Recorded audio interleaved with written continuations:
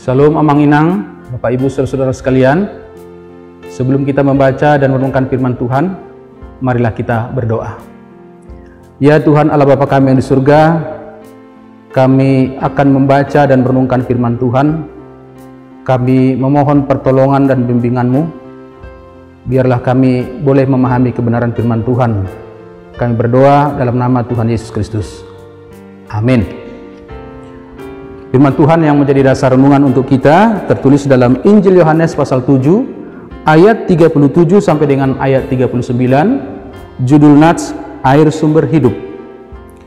Dan pada hari terakhir, yaitu pada puncak perayaan itu, Yesus berdiri dan berseru, "Barang siapa haus, baiklah ia datang kepadaku dan minum.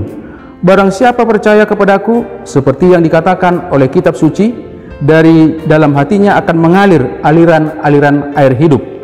Yang dimaksudkannya ialah roh yang akan diterima oleh mereka yang percaya kepadanya, sebab roh itu belum datang karena Yesus belum dimuliakan. Demikian pembacaan firman Tuhan. Saudara-saudara yang kasih dalam Tuhan Yesus Kristus, judul renungan kita adalah Yesus sumber air hidup. Kita ketahui bersama bahwa air sangat kita butuhkan dalam kehidupan ini. Air kita butuhkan untuk mencuci, untuk mandi, untuk diminum, dan lain sebagainya.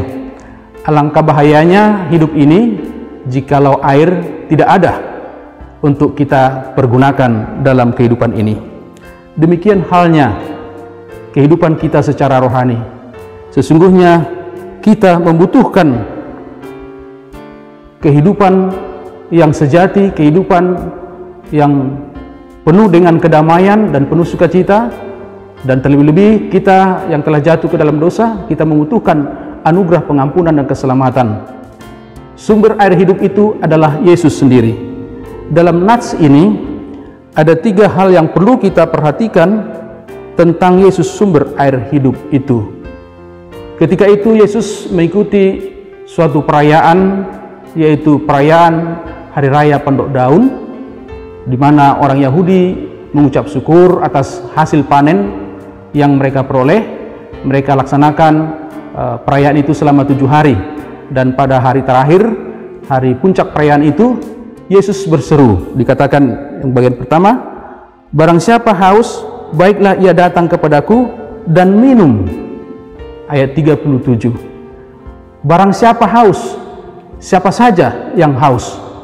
Haus merupakan ungkapan yang menyatakan betapa rindunya, betapa ia membutuhkan suatu pertolongan atas apa yang terjadi dalam kehidupannya. Dan kerinduan itu begitu dalam. Dan pemazmur berkata dalam pasal 42 ayat 2 dan 3, ya,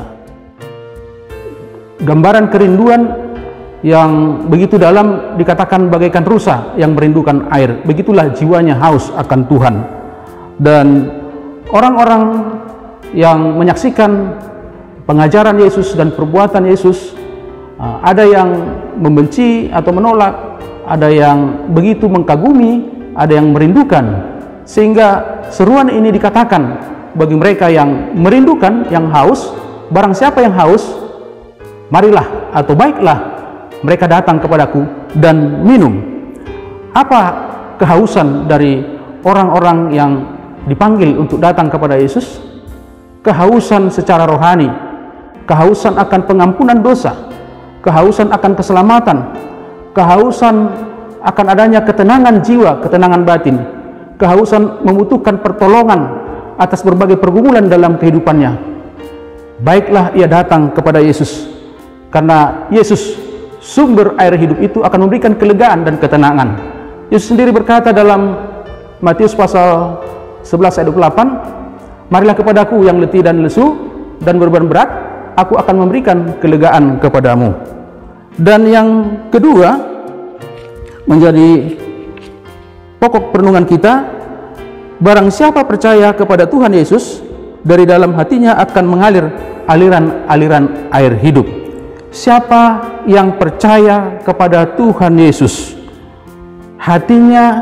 dari hatinya akan mengalir aliran-aliran air hidup.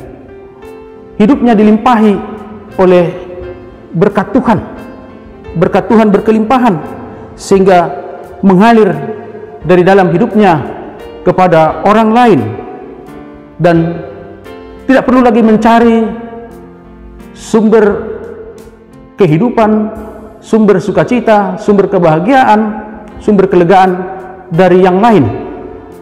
Begitu sempurna kehidupan yang diberikan oleh Tuhan Yesus bagaikan air yang terus mengalir.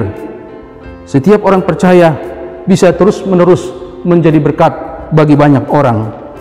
Yang ketiga yang dimaksudkan oleh Yesus ialah Roh Kudus yang akan diterima oleh mereka yang percaya kepadanya. Maksud dari perkataan Yesus dalam ayat 37 dan ayat 38 adalah tentang Roh Kudus yang akan diterima oleh mereka yang percaya kepada Tuhan Yesus Kristus. Apa yang dikatakan oleh Yesus dalam ayat ini telah digenapi pada hari Pentakosta, yaitu turunnya Roh Kudus yang telah kita peringati bersama pada minggu yang lalu. Dan kita bersyukur Tuhan telah mencurahkan Roh-Nya untuk memperlengkapi, untuk memberikan kekuatan, kemampuan kepada orang percaya melakukan apa yang Tuhan kehendaki dalam kehidupan kita. Bagi kita yang sudah percaya, pasti mendapat kesegaran dan kelegaan, mendapatkan sukacita dalam tuntunan dan pimpinan Roh Kudus. Oleh sebab itu, meskipun kita masih menghadapi pandemi COVID-19 ini, marilah kita ikuti tuntunan dan pimpinan Roh Kudus yang telah dicurahkan kepada kita, maka kita akan beroleh ketenangan, kelegaan, kenyamanan, kedamaian. Betapa indahnya hidup ini dalam pimpinan Roh Kudus, karena Roh Kudus telah dicurahkan bagi setiap orang yang percaya, sehingga kita senantiasa berserah diri kepadanya, melakukan kehendaknya dengan penuh sukacita. Amin. Kita berdoa. Ya Tuhan Allah Bapa kami surga, terima kasih untuk firman Tuhan yang boleh kami renungkan. Biarlah itu tertanam, bertumbuh dalam kehidupan kami, sehingga hidup kami boleh merasakan kelegaan, ketenangan dan sukacita, karena Engkaulah sumber air hidup yang menyegarkan, yang menyejukkan, sehingga kami boleh nyaman dalam menghadapi kenyataan hidup ini bersama dengan Tuhan. Kami bersyukur, kami berdoa dalam nama Tuhan Yesus Kristus. Amin.